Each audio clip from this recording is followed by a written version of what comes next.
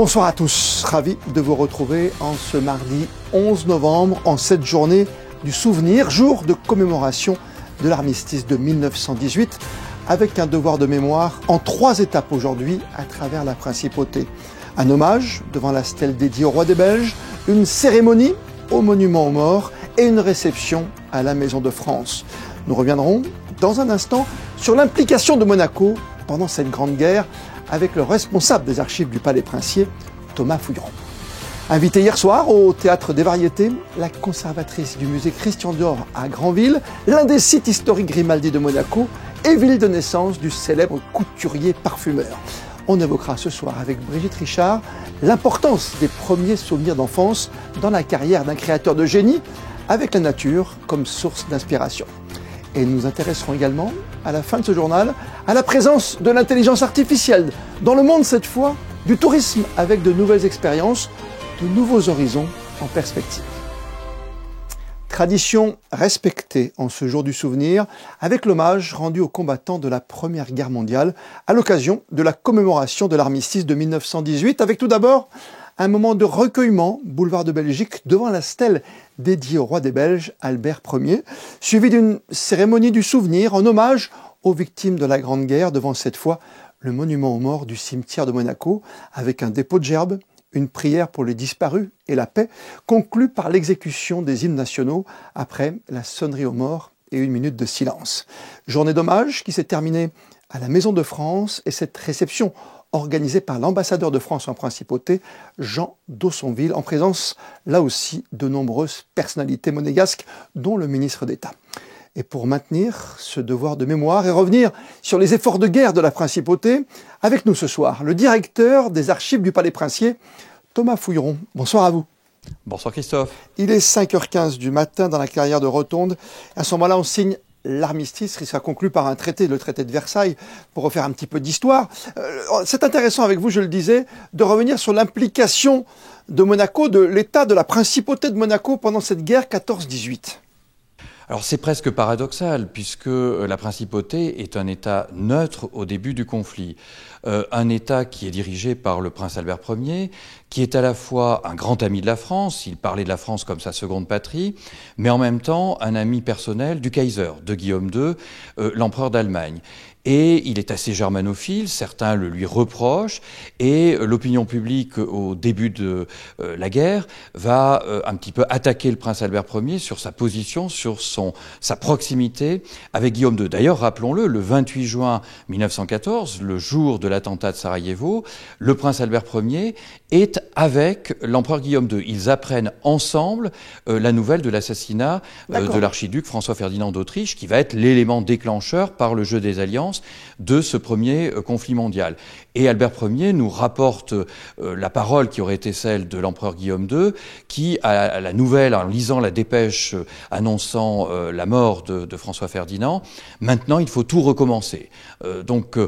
Disant bien à quel point les efforts de paix qui avaient pu être ceux d'ailleurs du prince Albert Ier, entre la France et l'Allemagne, entre Berlin et Paris, allaient évidemment être battus en brèche par cet engrenage qui va amener au mois d'août 1914 à cette grande conflagration qui va durer 4 ans et amener des millions de morts en Europe. Donc au départ, une principauté qui est officiellement neutre, mais qui ne va pas le rester très longtemps puisque le prince Albert Ier lui-même évolue, il est écœuré par ce qu'il appelle la guerre allemande et ses méthodes, et notamment le bombardement de la cathédrale de Reims, donc qui est une forme d'agression. Hein. Dans ses écrits, ça le bouleverse. Voilà. Oui. Ça le bouleverse complètement, et il va d'ailleurs passer finalement en 4 années de guerre d'une germanophilie, en tout cas d'une sympathie pour l'Allemagne, pour ses savants, pour les progrès de son industrie, à une germanophobie quasiment militante, et dont son ouvrage La guerre allemande et la conscience universelle, qui paraît dès le mois de novembre 1918, est un témoignage assez poignant. On rappelle qu'il n'y a pas de service militaire, il n'y a pas de régiment à Monaco, bien sûr, au-delà des gardes du prince et des carabiniers. Monaco, finalement, pendant cette période de 4 ans, c'est quoi? C'est l'accueil des soldats, c'est l'accueil des blessés, ce sont les hôpitaux aussi qui sont pris à partie, bien sûr, qui sont occupés? Absolument, et c'est ce qui fait d'ailleurs que Monaco ne peut pas rester neutre, puisqu'on considère que des soldats alliés qui sont accueillis pour être soignés, pour leur convalescence dans les grands hôtels transformés en hôpitaux temporaires, et je pense par exemple à l'hôtel Alexandra, pour rester dans les limites strictes du territoire de la principauté, eh bien ces soldats donc qui sont soignés à Monaco et qui sont appelés à repartir sur les champs d'opération font que la principauté n'est pas, dès les premiers jours de septembre 1914, n'est plus un État neutre. Et puis, il n'y a pas que ça. Il y a l'engagement personnel du prince héréditaire Louis, du futur prince Louis II, qui, comme on le sait, est officier de formation, est Saint-Cyrien, saumurien. Et qui est engagé dès le départ, lui. Alors, effectivement, dès le mois d'août 1914, il demande l'autorisation à son père de regagner les rangs de l'armée française, puisqu'il avait été formé dans l'armée française, il avait commencé, avant d'achever sa formation de prince héréditaire, mais à servir dans l'armée française, et rien ne l'y obligeait. Il a 44 ans, il a une fille qui est l'héritière, qui est la future princesse Charlotte, qui a 16 ans en 1914, mais il souhaite malgré tout donc participer à cet effort de guerre français, et il va être un officier de liaison efficace entre l'état-major et le front, notamment donc l'état-major de la 5e armée, qui sera pendant plusieurs années, lorsque la guerre de mouvement va se transformer en guerre de position, qui sera basée à Jonchery-sur-Vesle. Et d'ailleurs, nous avions en 2017, et le prince avait inauguré une exposition mémorielle sur cet engagement du prince Louis pendant la Première Guerre mondiale, et notamment autour de la bataille du Chemin des Dames, puisque c'est là où il a obtenu sa plus belle citation. Vous avez parlé du prince d'aujourd'hui, notre prince souverain, le prince Albert II, qui s'est rendu il n'y a pas très longtemps finalement, dans cette clairière rotonde dont j'évoquais le souvenir il y a quelques instants, le lieu même de cet armistice signé ce matin-là. Absolument. Le prince Albert II s'est rendu en 2018 à Rotonde dans le cadre de ses déplacements liés à la séquence du centenaire de la Grande Guerre, et à nouveau en 2024, répondant à l'invitation du maire de Compiègne, qui chaque année essaie d'associer une haute personnalité à ce moment de mémoire qui est toujours le 11 novembre, dans ce lieu qui est évidemment parfaitement symbolique. Qu'est-ce qui nous reste ici comme héritage, entre guillemets, de cette guerre de 4 ans, cette guerre de tranchées, vous l'avez dit, guerre de mouvement, puis guerre de position, cette guerre qui a fait tant de morts, on le rappelle, 10 millions de militaires et pas moins de 10 millions aussi de civils. Qu'est-ce qui reste concrètement ici, au-delà d'un monument aux morts, par exemple ?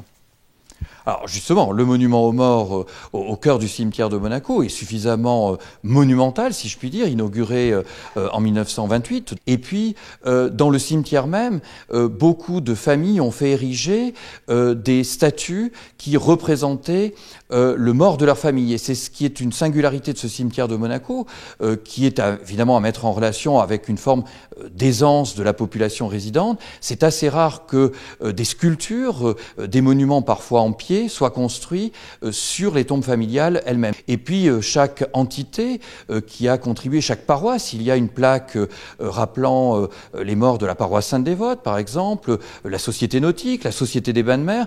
Donc il y a ces petits lieux de mémoire qui montrent la contribution de la principauté à travers évidemment sa population résidente, sans oublier certains monégasques de nationalité qui se sont engagés volontairement dans le sillage de l'engagement du prince héréditaire Louis. Merci pour toutes ces précisions, Thomas Furon. Merci d'avoir été avec nous pour ce devoir de mémoire toujours nécessaire, on est bien d'accord. Merci Christophe. À Monaco, la direction de l'éducation nationale de la jeunesse et des sports, en collaboration avec la direction du numérique, s'est associée à l'association Green Monaco pour une opération d'envergure mêlant éducation, environnement et solidarité. Une première en principauté. Plus de détails dans ce reportage signé Christine Petit-Homel et Lionel Bernardi. C'est une première en principauté. L'association Green Monaco vient de récupérer ordinateurs, tablettes, claviers et accessoires. Plus de 2700 équipements numériques scolaires remis par la direction de l'éducation nationale de la jeunesse et des sports. Ces appareils autrefois utilisés par les élèves des collèges et des lycées publics vont désormais connaître une seconde vie. On commence par un premier tri visuel, donc voir les coques, l'état des coques, des claviers. Ensuite, on teste les batteries. Après, il y aura un effacement de données qui sera effectué sur l'ensemble des disques. puis ils seront remis en fonction pour repartir et être réemployés. Une partie des appareils sera remise à des associations locales, tandis que d'autres prendront la route de l'Afrique pour équiper des écoles et des centres de formation. Ça va aller dans diverses associations, dont l'AMAD, une association de PACA qui donne des ordinateurs pour des jeunes qui vont à l'université, qui n'ont pas forcément les moyens de s'acheter des laptops, et donc ça va pour eux. Tous les ordinateurs qu'on ne peut pas récupérer parce qu'ils sont en mauvais état iront dans des attitudes qui sont comme l'AMAPI, mais sur la région PACA, et qui démantèlent les ordinateurs pour envoyer en valorisation les différents éléments d'ordinateurs, et ensuite revendus sur une plateforme de type back market, mais locale. En attendant, vous l'aurez compris, chaque ordinateur et chaque tablette ont été soigneusement vérifiés, nettoyés et triés avant leur redistribution par les bénévoles de l'association. Ce travail, qui aura nécessité plus de 3 mois d'efforts, a également mobilisé d'autres associations de la région. Pour la partie reconditionnement des ordinateurs, on passe par une association qui est basée à Sophia Antipolis et dont le but est de former des jeunes en reconversion professionnelle au métier de l'informatique. Et donc c'est eux qui s'occuperont de toute la partie effacement des données et reconditionnement des ordinateurs. Une initiative éco-responsable et solidaire qui allie donc éducation, recyclage et entraide et qui permet une économie d'à minima 150 tonnes de gaz à effet de serre, l'équivalent de 940 600 km en voiture, soit pas moins de 495 allers-retours Monaco-Paris. À Monaco, le tourisme entre dans une nouvelle ère. La principauté mise désormais sur l'intelligence artificielle pour affiner sa stratégie d'accueil et offrir des expériences toujours plus personnalisées. Une transformation technologique au service du prestige monégasque.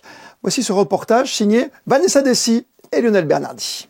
L'intelligence artificielle bouleverse le tourisme mondial. Réservation prédictive, conciergerie virtuelle, traduction instantanée. L'IA personnalise chaque étape du voyage. Les destinations s'en servent pour anticiper les flux, réduire l'impact environnemental et mieux cibler les attentes des visiteurs. C'est justement la question à laquelle nous allons essayer de répondre, parce que l'IA est un champ tellement vaste. On peut se perdre à explorer toutes les possibilités.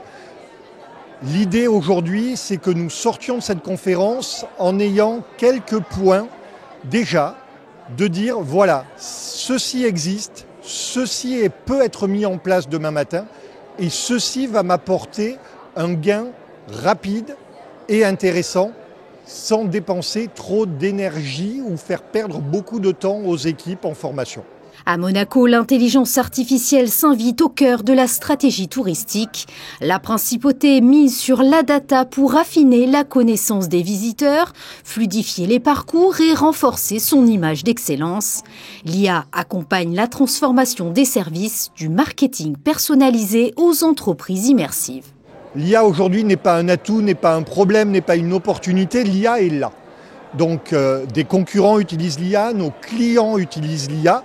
Donc nous devons comprendre comment nous réagir et agir avec l'IA, que ce soit en adaptant ou en utilisant complètement l'IA dans de nouveaux process. Monaco illustre la rencontre réussie entre tradition et innovation.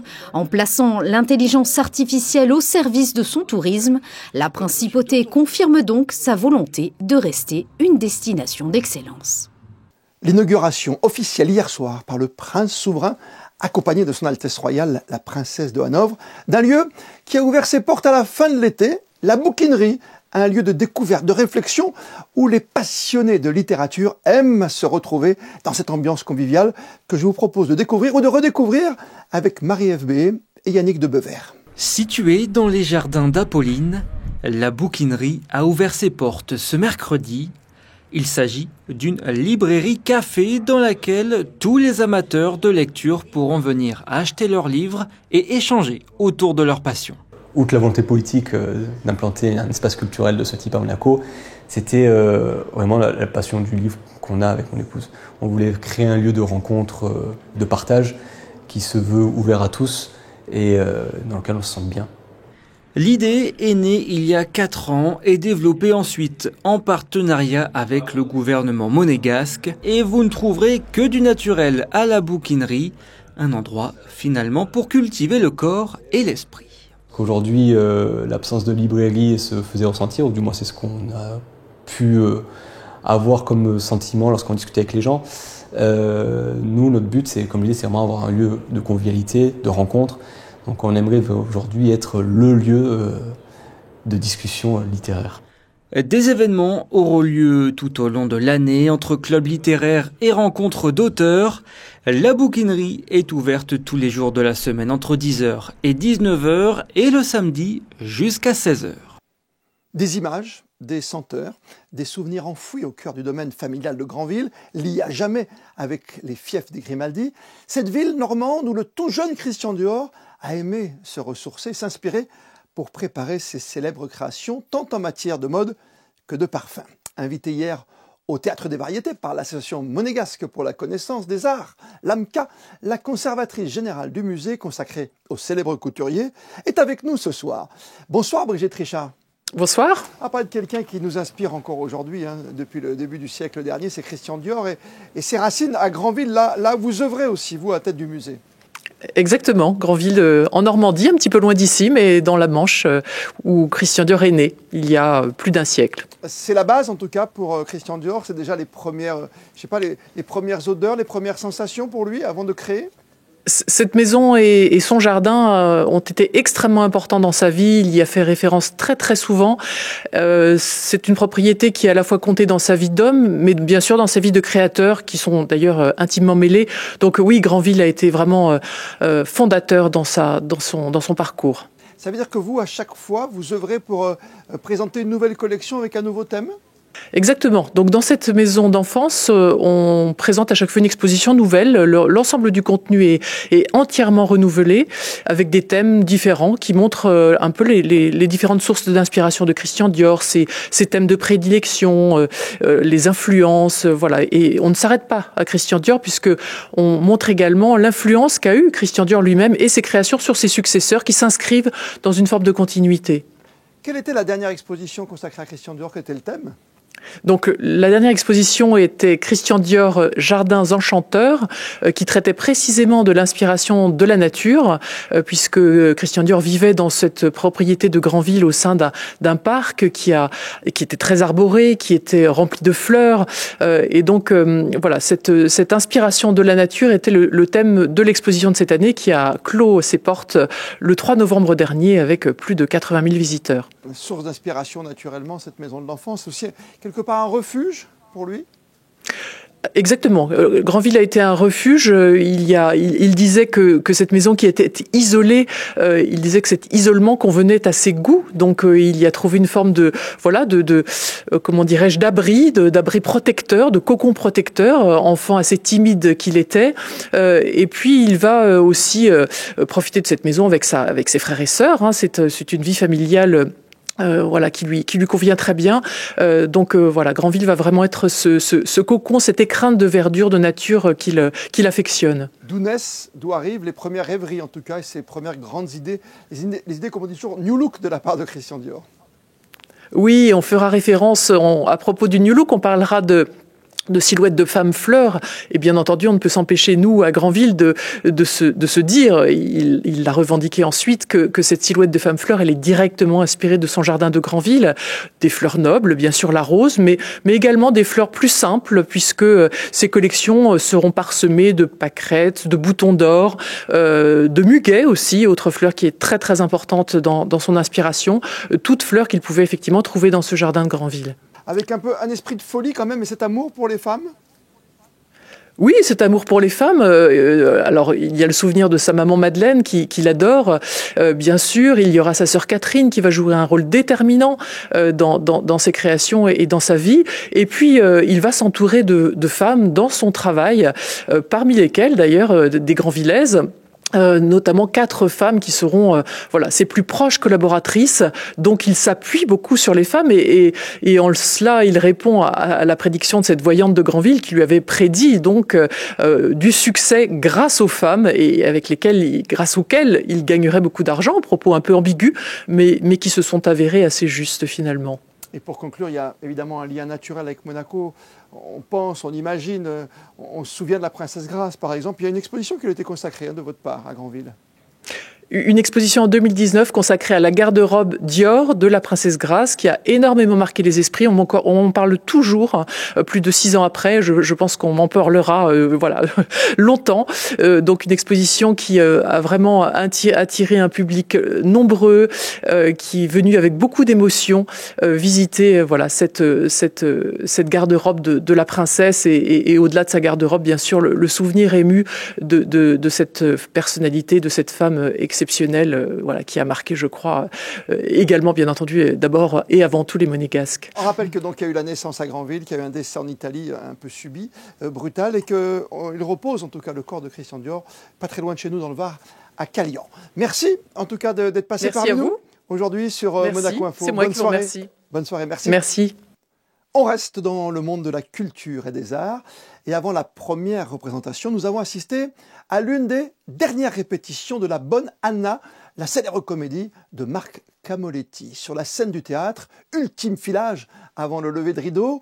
Alors concentration, rire et dernier ajustement pour une troupe prête à offrir au public une soirée pleine de quiproquos et de bonne humeur. Un reportage de Vanessa Dessy et de Julien Logier.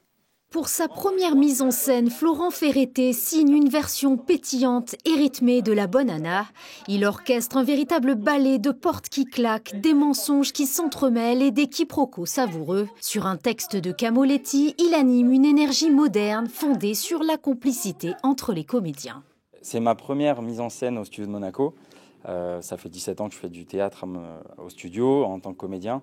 Et je voulais un petit peu ramener une touche de fraîcheur, de jeunesse et surtout une histoire assez drôle, puisque c'est une pièce de boulevard. C'est une pièce qui est collée au texte, qui est millimétrée. Il n'y a pas la place à l'improvisation, malheureusement. C'est tout qui est millimétré, les portes qui claquent, les lumières qui s'éteignent, qui se rallument, les personnes qui rentrent et qui sortent. Ça n'arrête pas, c'est hyper dynamique. Sur scène, les comédiens sont d'un à cœur joie. Le rythme est soutenu, les répliques fusent et chaque geste semble coordonné.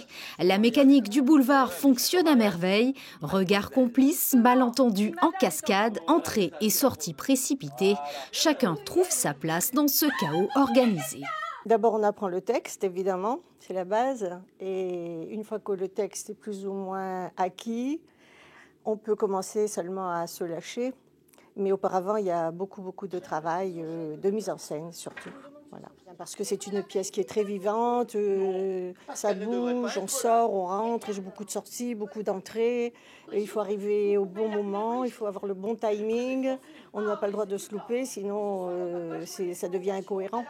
Au final, La Bonne Anna séduit par son rythme endiablé, sa mise en scène précise et le jeu complice de ses comédiens. À découvrir les 28 et 29 novembre prochains au Théâtre des Variétés.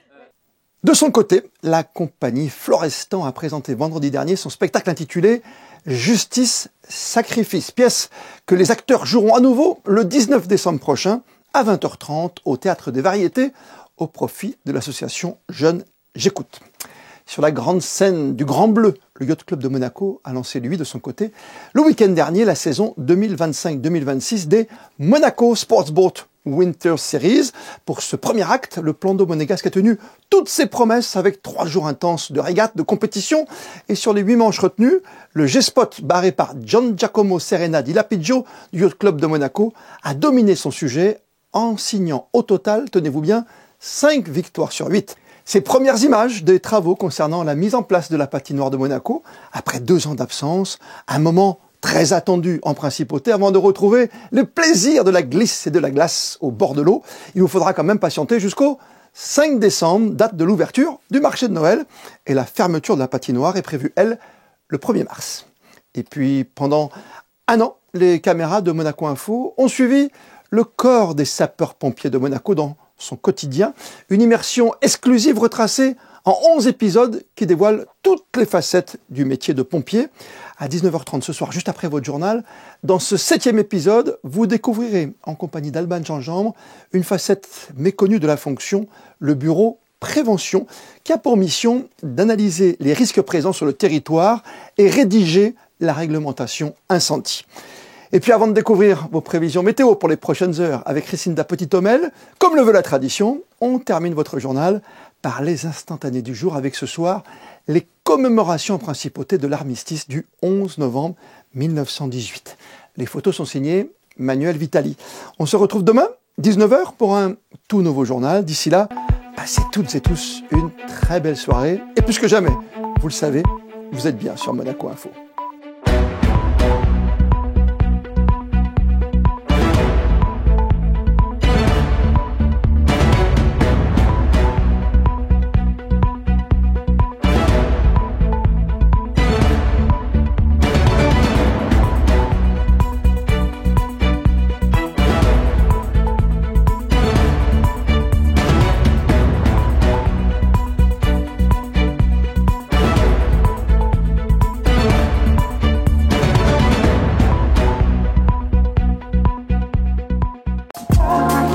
Le Maya Hôtel Courchevel 1850, nouveau boutique hôtel de Courchevel, vous présente la météo. Bonsoir à tous. Demain à Monaco, le soleil sera au rendez-vous du matin jusqu'au soir. Un réveil un peu frais autour de 11 degrés sous un ciel parfaitement dégagé. En milieu de journée, les températures grimperont rapidement pour atteindre 19 degrés l'après-midi. Un vrai parfum de printemps en plein automne. Et puis demain, nous fêterons les Christians. Alors l'histoire raconte que Saint Christian d'Auxerre, moine du 9e siècle, fut envoyé avec 5 compagnons pour évangéliser le Danemark et la Suède. Leur mission fut si pacifique et exemplaire qu'ils étaient surnommés les moines joyeux. Hélas, leur foi suscita la colère de chefs païens et ils furent martyrisés à Viborg. Pourtant, la légende dit que leur chant ne cessa même pas au moment de leur mort, ce qui aurait profondément marqué les témoins et favorisé la conversion de plusieurs habitants. Et puis sinon, sachez que le mardi, c'est également la météo de l'eau. Les sources de Monaco couvrent seulement 25 à 50% de notre consommation. Les bons gestes et les économies d'eau sont donc fortement encouragés. Le Maya Hôtel Courchevel 1850, nouveau boutique hôtel de Courchevel, vous a présenté la météo.